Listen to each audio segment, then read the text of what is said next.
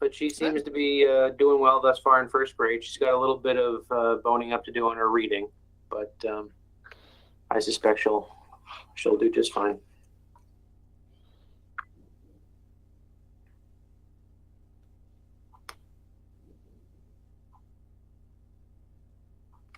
Hey, Vanessa, I'm not sure I know exactly who you are. Hi, I'm the audit partner from Bloom Shapiro, now CLA. Thank you. That's a relief. No wonder I didn't know who you were. Okay. Nice to meet you, though. Nice to meet you, too. Hey, Charmaine. Good evening. Hi, Charmaine. Nice to see you. I haven't met you in virtually yet, I guess, so nice to see you. Nice to see you as well. Thanks for being able to pivot for me. Absolutely. That's my specialty.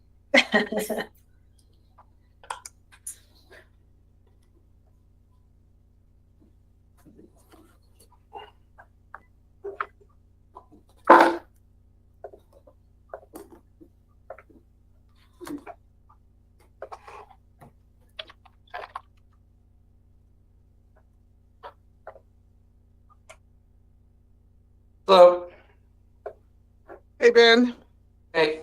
Hi there. Good evening, Ben.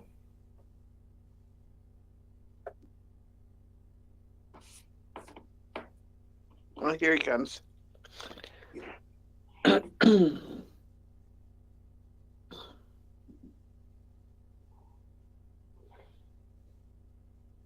Hey, Al.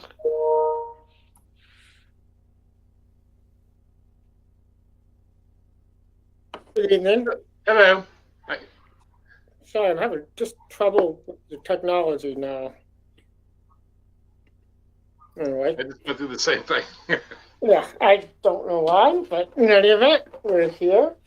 So I apologize for being 2 minutes late, and good to see everyone. Why don't we start off with, and I'm sorry, I had, of course, printed it out. Do we approval of the minutes? So moved. Second. Okay. I agree. All in favor? All right. The minutes are approved.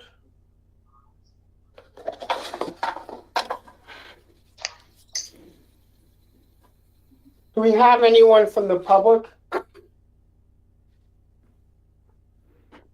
Charmaine or? No. No. All right, Ryan. Let's go to the. All right. Staff reports. Well, we've already approved the minutes. Old business. We don't have any. And let's go to new business, which is the presentation. Charmaine, you want to start us off on this? Sure. Good evening, everyone.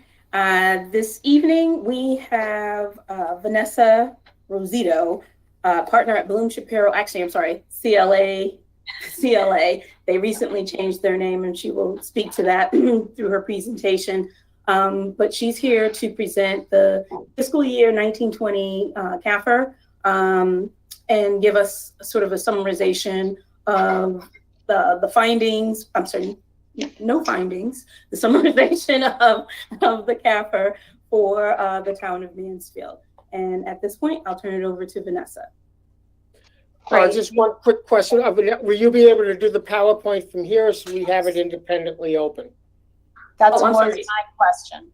Do you want Tasha was going to share the Got it. Thank you. go-to with you.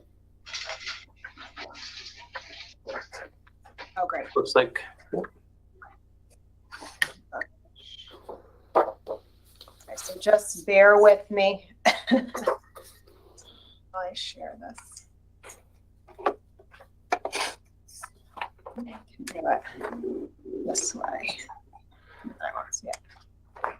Bear with me.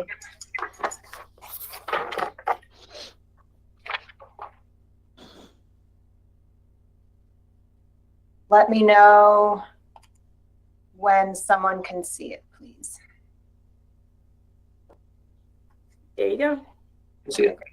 Okay, great. So thank you everyone for having me tonight. Again, I'm Vanessa Rosito. I was the audit partner for the town of Mansfield audit.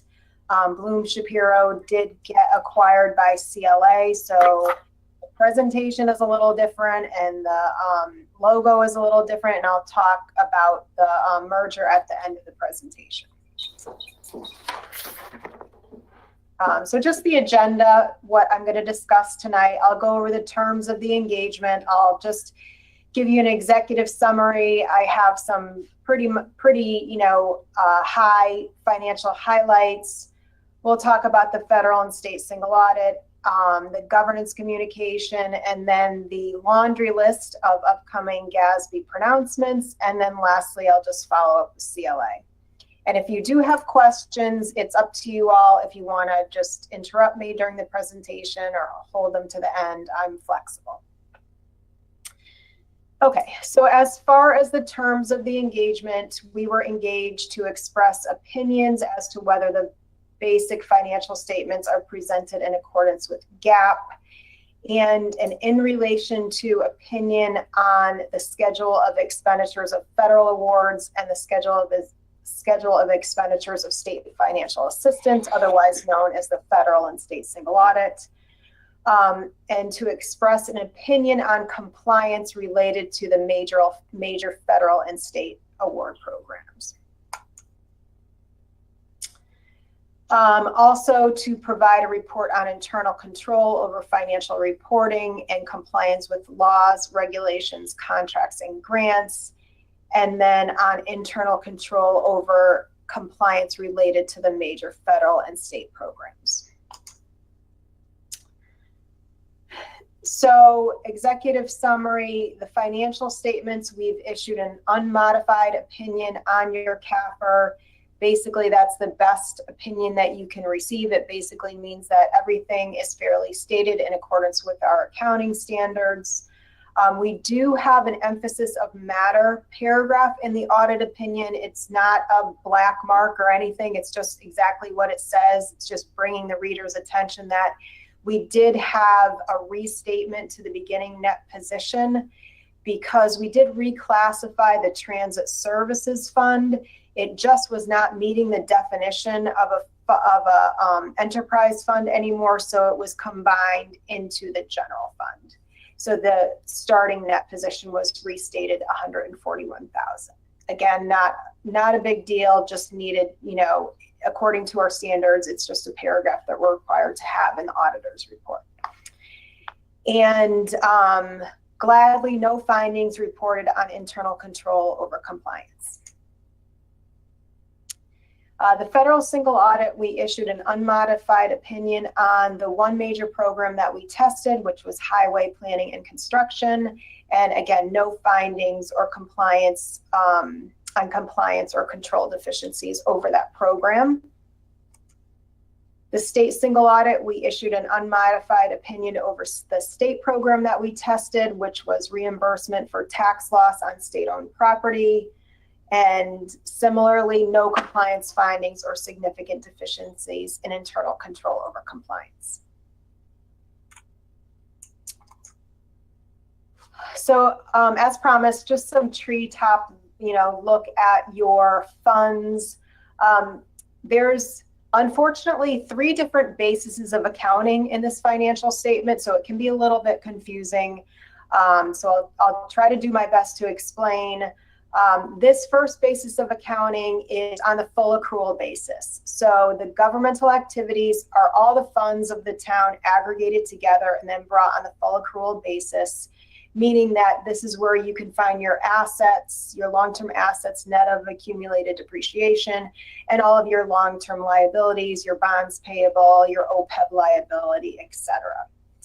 So looking at 2019 compared to 2020 for governmental activities, really status quo, no real big changes. The net position was pretty much the same, 102.6 million last year, and then 102.4 million this year.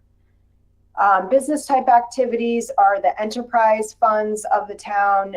Again, no real changes from last year to this year. Net position 2.5 million last year and 2.1 million this year. I put some page numbers on this presentation just in case you want to go back to the CAFR, later to look, or if you have it with you. So the general funds fund balance at June 30th, 2020 was 7.85 million. Of that amount, 193,000 was committed. 25,000 was committed for compensated absences, and then the 167 was committed for the transit services. So this was the fund that was now consolidated into the general fund. 220,000 of fund balance is assigned, and that's for encumbrances at June 30th, and then the remainder is unassigned, 7.4 million. And then I just did a little chart for the past 6 years. You could see the increase of the fund balance percentage of unassigned to expenditures and transfers out. So this is a very good graph because it's definitely going in the right direction.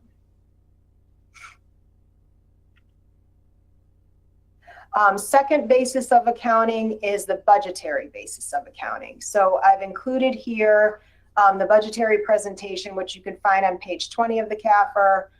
This is a summary, so you could see the original legally adopted budget in the first column, the final budget after any transfers or additional appropriations.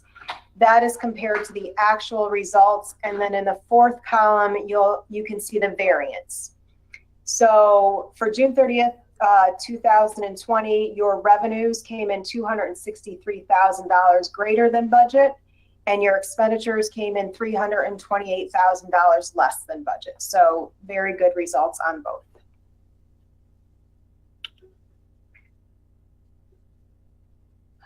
This is the third basis of accounting. So these are the funds that you're used to looking at and seeing. These are the major funds of the town of Mansfield: the general fund, the discretionary fund, and the capital projects fund.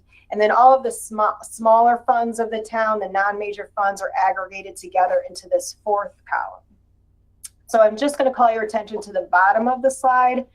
The general fund had an increase in fund balance of about $719,000 from the prior year. Discretionary fund had an increase of $48,000. The capital projects had a decrease in fund balance, but that's just a timing issue. So there were expenditures for capital projects pending issuance of debt in the future. So that's why there was a decrease of $5 million. So overall in the governmental funds, the fund balance decreased about $4.4 million.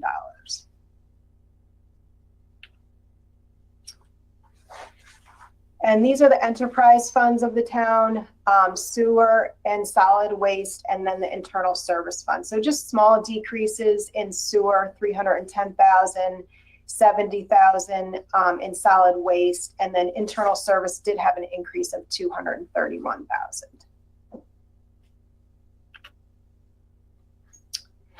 And then lastly, your OPEB trust fund. So this is where you set aside assets to fund your OPEB, your other post-employment benefit liability. You can see that the net position increased from $546,000 last year to $1.2 million this year.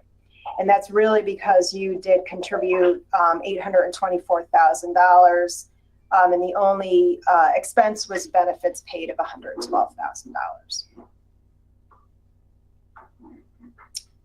Just some other statistics I thought maybe you'd be interested in. Property tax collections this year were 98.53 compared to 98.88 in the prior year, so very consistent.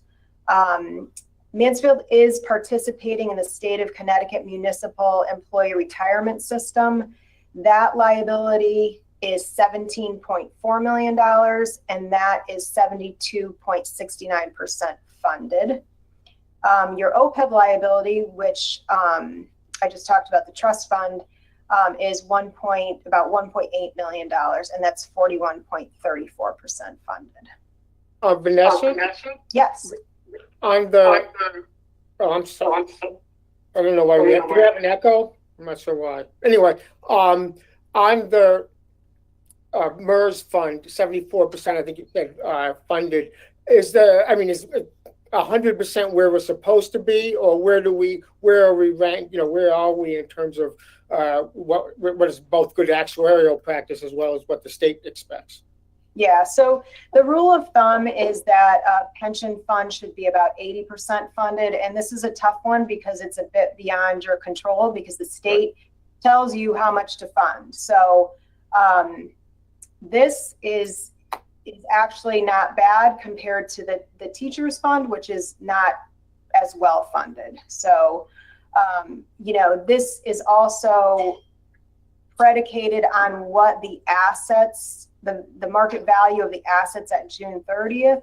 So it could, be a bit volatile because it's really what it was at June 30th, 2019, because we're a year in arrears with MERS. But this has been pretty consistent over the past couple of years, I'd say. Thank you. Okay, and then onto the federal single audit. So total federal awards expended for federal programs are $1.4 million. According to the uniform guidance requirements, we selected the highway planning and construction cluster to test. We issued an unmodified opinion. Again, it's the highest form of an opinion that you can receive. It means that everything we were required to test, all the tests came out positive, and there was no compliance or internal control findings. And then similarly for the state, the town spent $21.2 million of state awards. We tested the one major program reimbursement towns for tax loss on state-owned property. Again, unmodified opinion on this major program over compliance and no internal control findings. And then onto the auditor's communication.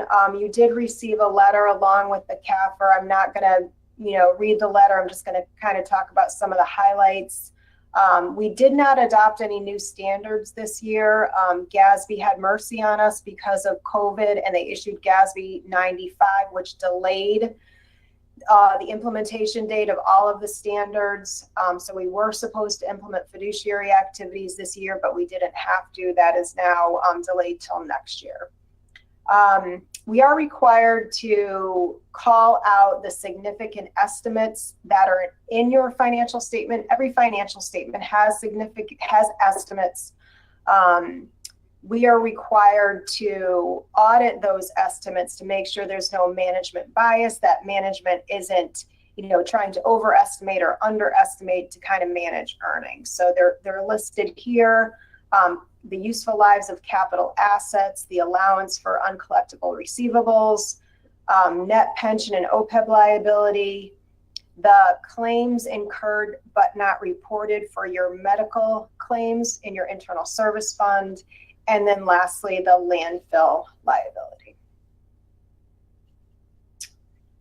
I thought the audit went very well this year. I thought both the all the team in finance did a great job of kind of pivoting because of COVID. So, I thought everything went very well. We didn't have any disagreements with management. We didn't encounter any difficulties. There were no uncorrected misstatements, and Bloom Shapiro is independent of the town. And then lastly, well, I guess before I talk about CLA, there's 3 slides on the upcoming GASB standards. So there's a couple that are in need of being implemented next year, and then some in 2022, and then 2023. So I'm not going to go through all of them. I'm just going to talk briefly about those that are going to affect the town. So next year, as I mentioned earlier, Statement 84 needs to be implemented. This is a new definition of what a fiduciary activity is. So we'll be meeting with Charmaine to just make sure that what is recorded as a fiduciary activity is still meeting the definition, and if there's any other activities of the town that need to be brought under that umbrella. In 2022 and 2023, there's 2 statements that are might have an impact on the town. So that's Statement 87, which is the lease standard. And then in 2023, it's Statement 96, which is the software IT arrangement standard. And I'm mentioning them together because they're a bit similar. So the lease standard is requiring all of the operating leases of the town, whether it's paying rent or receiving rent, to not be just recorded as revenue and expense. We're going to have to record it as an asset and a liability. And then similarly for the software arrangements, rather than an expense for the monthly software fee, again, this is going to have to be recorded as an asset and a liability. So what we'd like to do with our clients is, talk to them about the scope of this, and if they think that, you do have a lot of operating leases that fall under the standard or software agreements that fall under the standard. And then we're going to talk about how to implement this. Even though they're a couple of years down the road, I think it's good to start the conversation now. And then lastly, just some words about CLA. So effective 1/1/2021, Bloom Shapiro is no longer. We're now Clifton Larson Allen, otherwise known as CLA.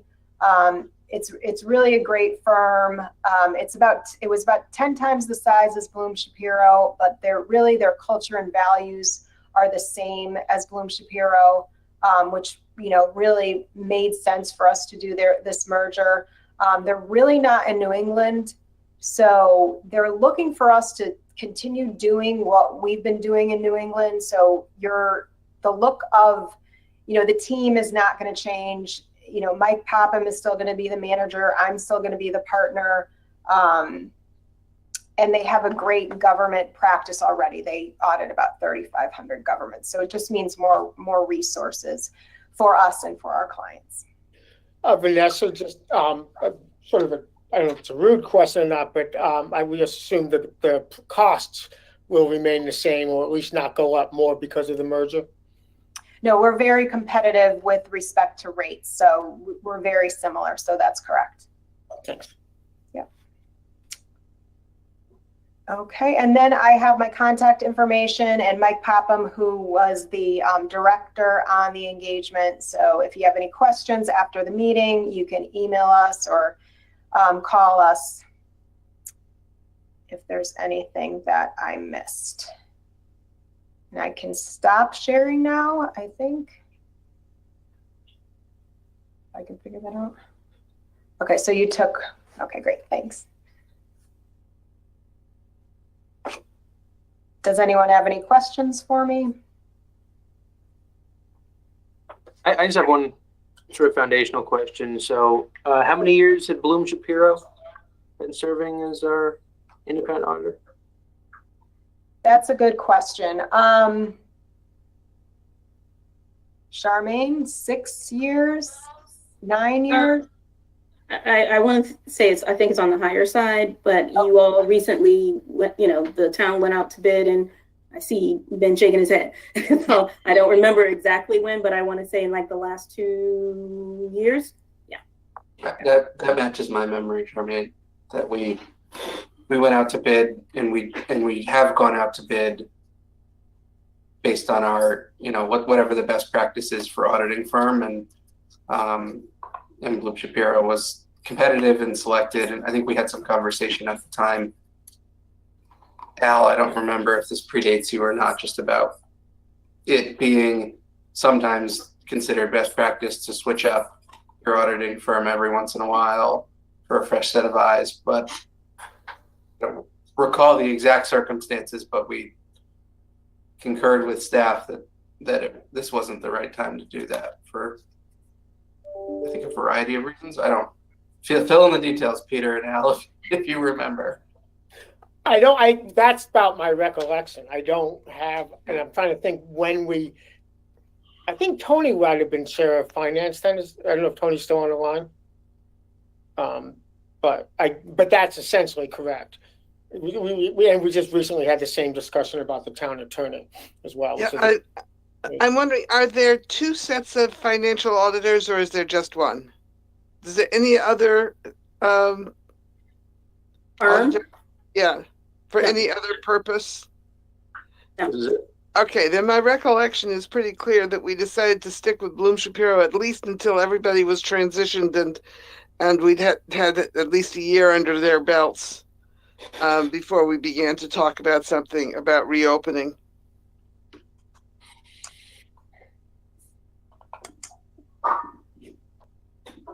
Sounds right.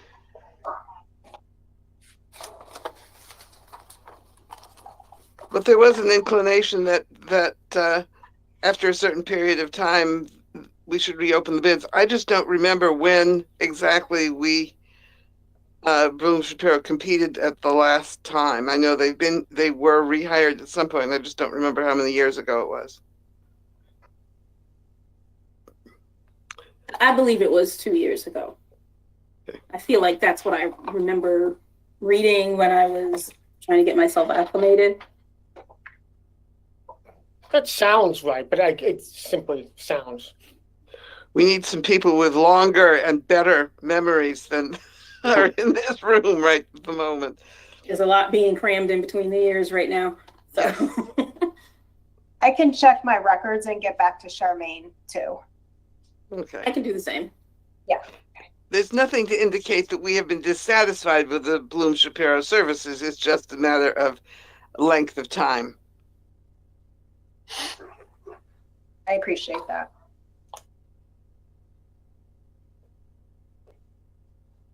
Any other questions? Was there just going to be a discussion of CLA? Al has a question. Hi, Vanessa. Al here. Little qualifier again. I work in public accounting, and I know the difficulties of working remotely auditing, and I admire your firm for doing that this year. It's been a struggle, and we've all been learning as we go along. Yes. That's wonderful. Yep. Just wanted to say that. I just wanted, and it's more just house cleaning stuff. You talked about subsequent events evaluation by management, and it says in the notes, the note O, page 33, management has evaluated, the subsequent events, but it didn't really come to a conclusion that they determined that there was nothing, of value, nothing material. It was just that they evaluated it, and I just wondered if I forgot if that's what that's saying. Yeah, so usually we will put the subsequent events in the last footnote of the notes of the financial statement. Yeah. We're required to note what the date was in that Right. section. That's how we do it. So, Right. so if there were any subsequent events, they would be in the last note. Of the Correct. Yeah. All right. Yeah, that's what I thought. I just wanted to be clear about that. And the next one about stewardship and all that, the budgetary, it goes into how we usually do the budget. And last year, 2020, we didn't do it that way because of COVID. But I don't know if that's important to point out, other than to say that's the way we usually do it. The 21 days and, the whole protocol that we usually do. Neither here nor there. I don't know if that's important to point out. Well, I mean, I would say, I guess going forward, if there is a change to your budget process, we probably should include it in note 2. So Charmaine, we could talk about that, in 2021. If there's any changes, we'll just change the wording. Okay, thank you. Let's see, one more thing here.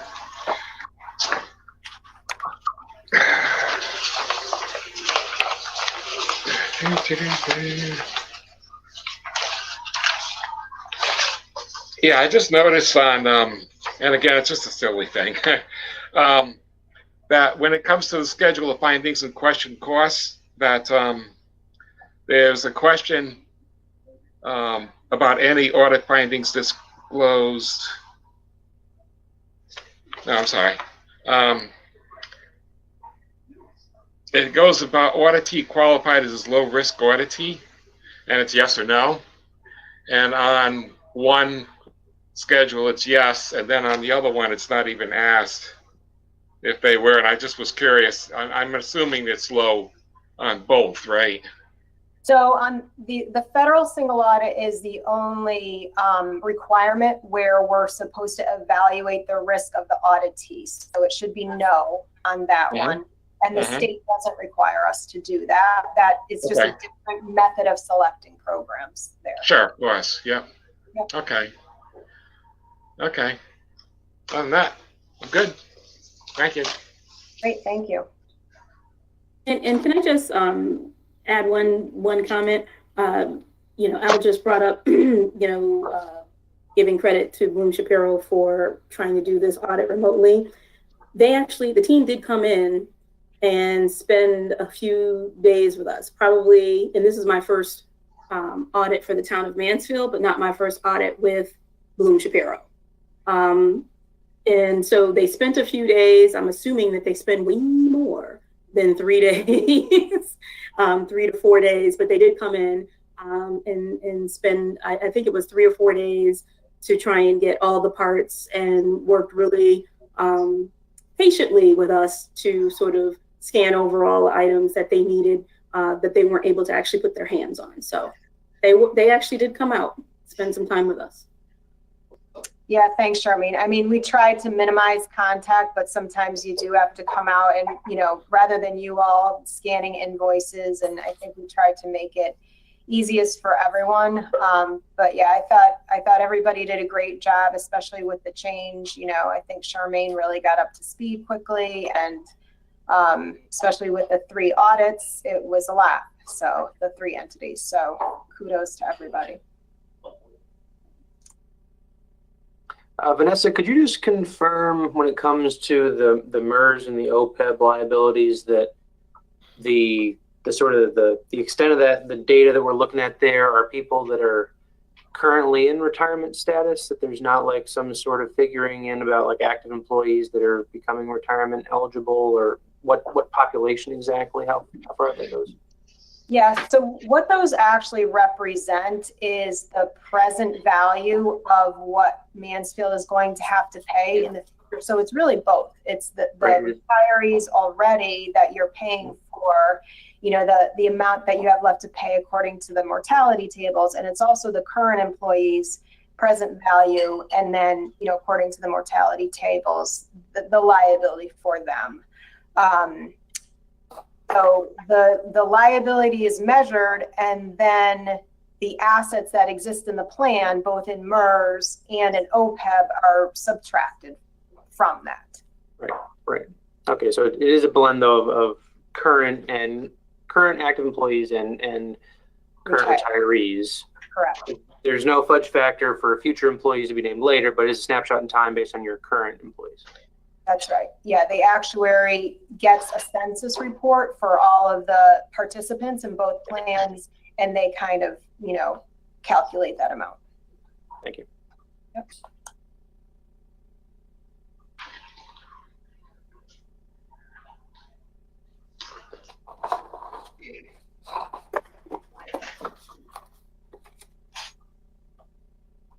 Any other questions? Ben? If there are no other questions, I know this is on our agenda for tonight. Can I move to recommend the council accept the audit from Bloom Shapiro? Is that the proper motion? I'm looking to see if there's anything. I believe that would do it. Yeah. You want? Or you can call it the CAFR, or let's call it the audit, I guess. it's the Comprehensive Annual Financial Report. Is there a second? Me, second. Okay, and approved. Okay, thank you, Ben. I don't know if it's necessary or not, but just Vanessa, will you be attending the meeting tonight or not? No, usually I just stay for this piece. Okay. Unless someone, Charmaine, are you okay with that? I am, and I also didn't ask her to stay. I had checked from prior years, and I understood that she presented, or the partner presented at the Finance Committee, and and vetted all the questions in this forum, and that they did not present at the council level. Okay. The only thing, so Vanessa, unless if there's something that you'd like us to note, either for ourselves or to mention tonight that you haven't discussed, this, now's a good time. Just want to make sure that you've been able to, talk about everything you thought important. Yeah, no, that was it. That's all I have for you tonight. And like I said, if there's any questions after tonight, if you're going through the CAFR, any of the single outs, you have questions, just reach out. Okay. Thank you very much, Vanessa. Okay, great. Appreciate it. Have a great night. Nice to meet everyone and see everyone. Thanks, Vanessa. Thank you. Good night. Okay, the next item of business is the proposed salary transfers, and that starts on,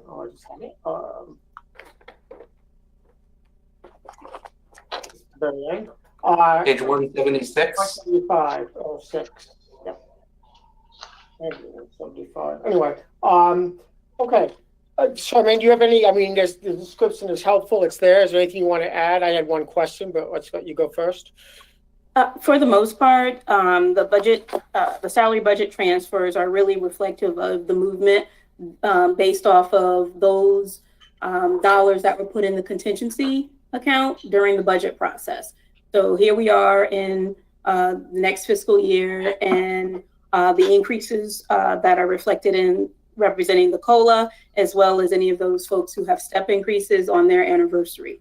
So other than the natural COLA increases, the ones that kind of stand out for me are some of the really big savings. As you see in the top paragraph, you'll see that ultimately we'll have a balance of about 161.5 in the contingency account. And again, the most notable ones are the police services. So that's going to be reduced on the salary side, but it also will be reduced on the revenue side. That was my question. Quarterly. That's supposed to be exactly break even. We're not supposed to be charged a penny for that ultimately. Right. And so right. So when you look at the big picture, it's a wash. But when we're just looking at salaries, that's what's making the shift as far as what was held in the in the salary accounts. So you'll see a $45,830 decrease, and that's due to their elimination on the books. There's, let's see, that's like the biggest one. There's a couple of other notable ones, like the decrease of $40,540. That's the savings to the town for the town engineer position. So when you have the interim town manager being John Carrington, and then you have the interim DPW director being Derek Delisle, you have sort of, I don't want to say a domino, but you have those savings because those positions weren't filled. There were gaps from the time in which obviously Ryan showed up and so therefore those respective savings carried through for the town managers through to the DPW positions in the department. And then human services, an additional $27,750. That the cost of living increase is automatically offset by the savings from the late hire. So the outreach coordinator, I think, just got hired in December for a start date in January. So at the communications, half the year. I'm sorry? That's the communications person? No. Oh, for the senior, that's right. Got it. Right. And so when you speak about the communications persons, if you go back to the, I believe it's the first page, yes, municipal management, the increase of $23,490 for management is what we were talking about with that pivot between the interim town manager and then the town manager, and then hiring the communications specialist earlier. I think it was about 2 months earlier than what was anticipated in light of our current state with this pandemic and the critical nature of being able to communicate. You all decided to hire earlier.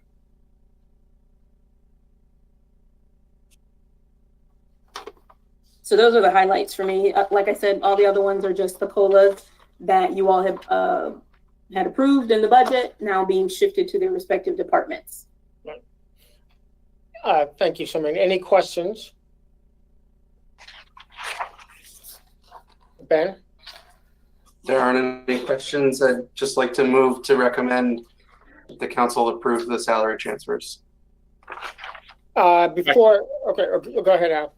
Second. I don't think there's anything addressed. All in favor? Aye.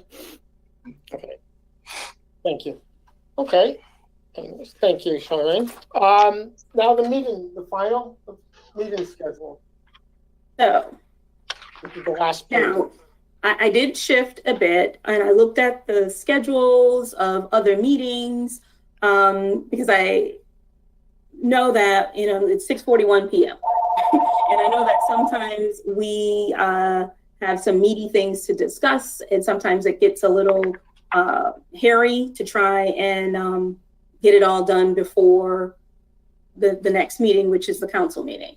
So I'm just putting together a list for your review of Thursday evening dates. If it is preferred that we stick with Monday, we can do that as well.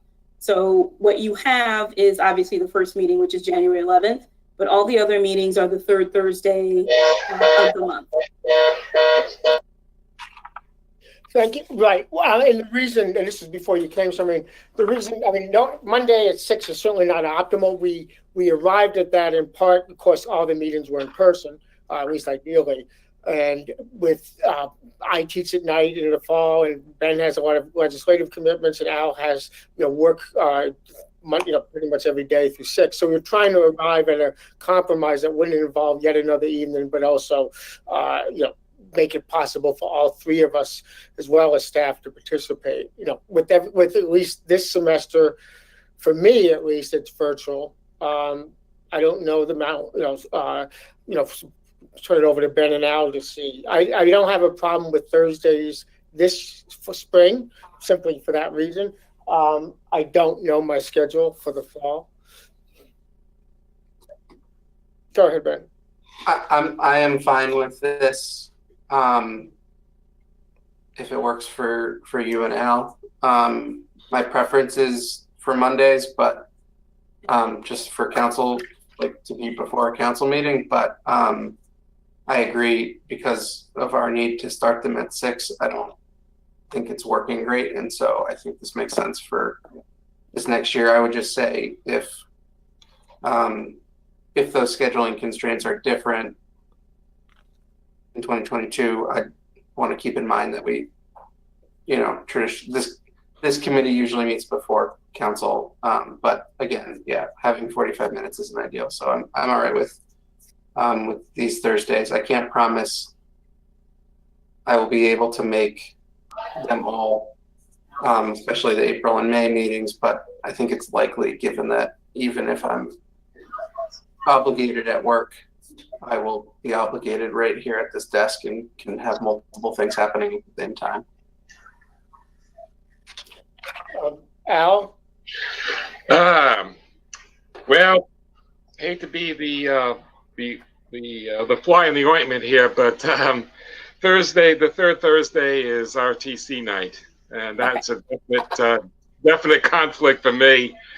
Ben, I share the role with you. I'm the Zoom master for that one, so the meeting doesn't start without me, and I can't do any other Thursday except the 3rd. What about, especially since I don't think you're virtual. I don't know if you're virtual for work, Al. I don't think so. But we could move.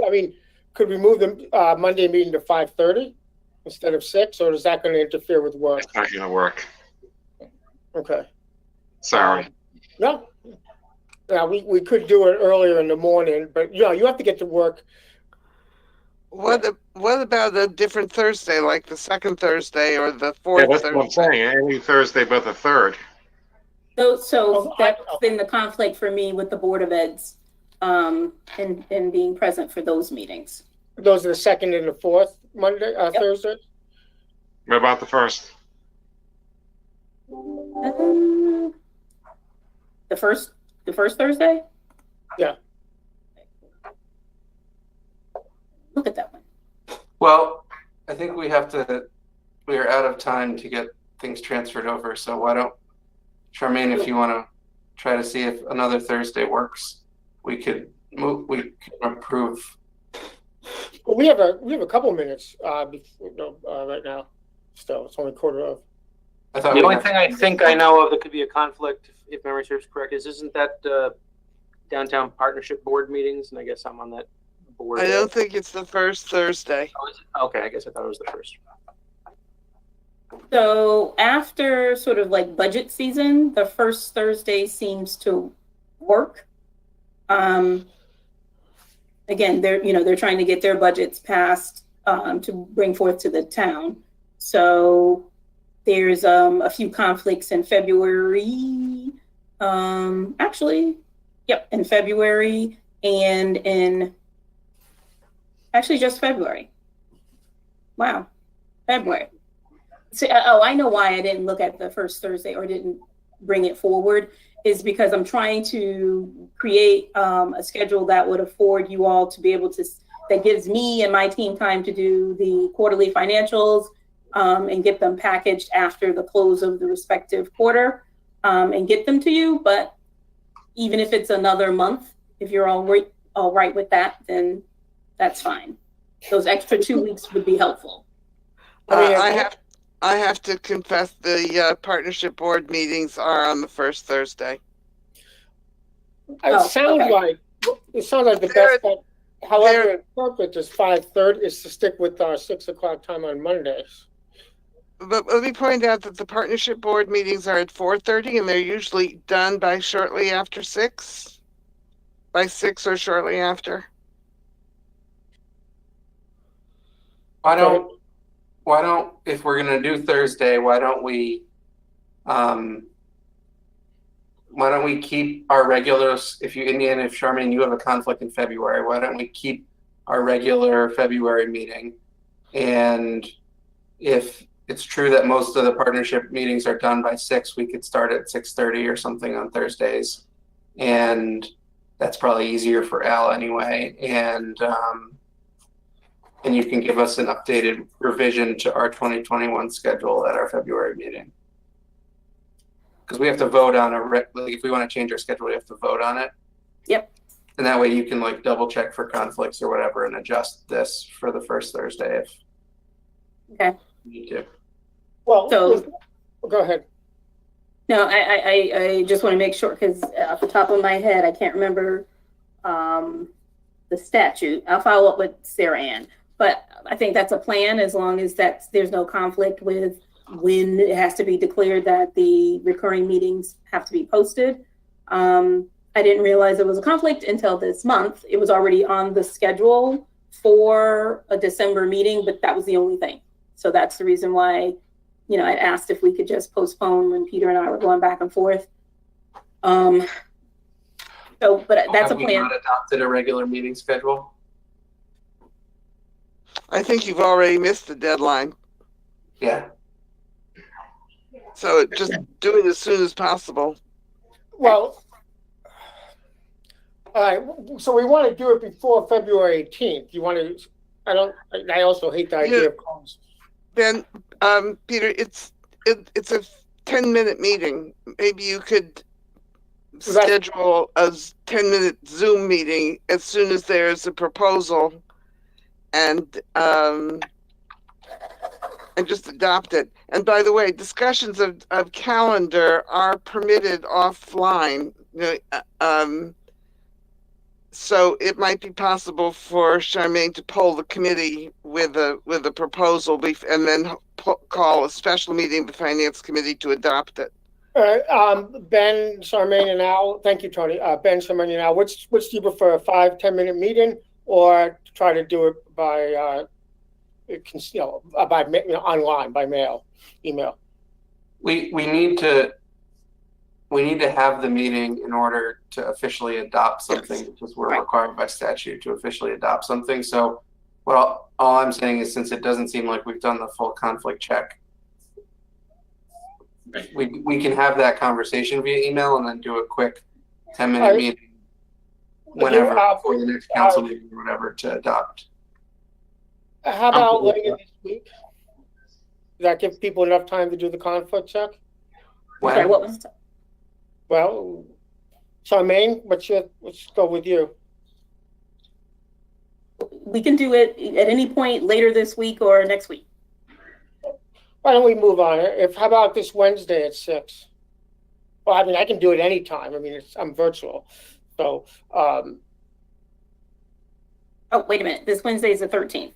I'm sorry, I do have a conflict. or we could do it earlier. It doesn't have to be 6. We don't Oh, have- yes. Al needs it to be 6. That's right. Okay. Anything? 6 o'clock, Al? Or do you want to do 6:30?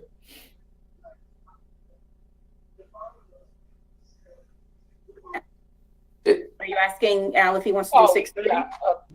Well, 6 would be better because you don't have to stay around as long, I guess. Charmaine, right? Right. I mean, I would prefer 6, but if it's not conducive, again, I can send an email out to the 3 of you once I do a check of the respective dates, and you can declare if you want 6 or 6:30, and then you can also declare when we can meet, and then we can have an official meeting. Why I think don't we should go that route because I'm getting the signal that IT needs to get ready Yeah. for the 7 o'clock. All right. Let me just ask, Al, do you have a preference for 6 or 6:30? I mean, personally, 6:30 works a little better for me, but I can certainly do 6. All right. Okay. Why don't we set it if we don't just to get? Why don't we set it for 6 o'clock on Wednesday? And Right? if that's okay. All right, and Yep. then we can you can pull on the schedule. All right. So 6 o'clock on.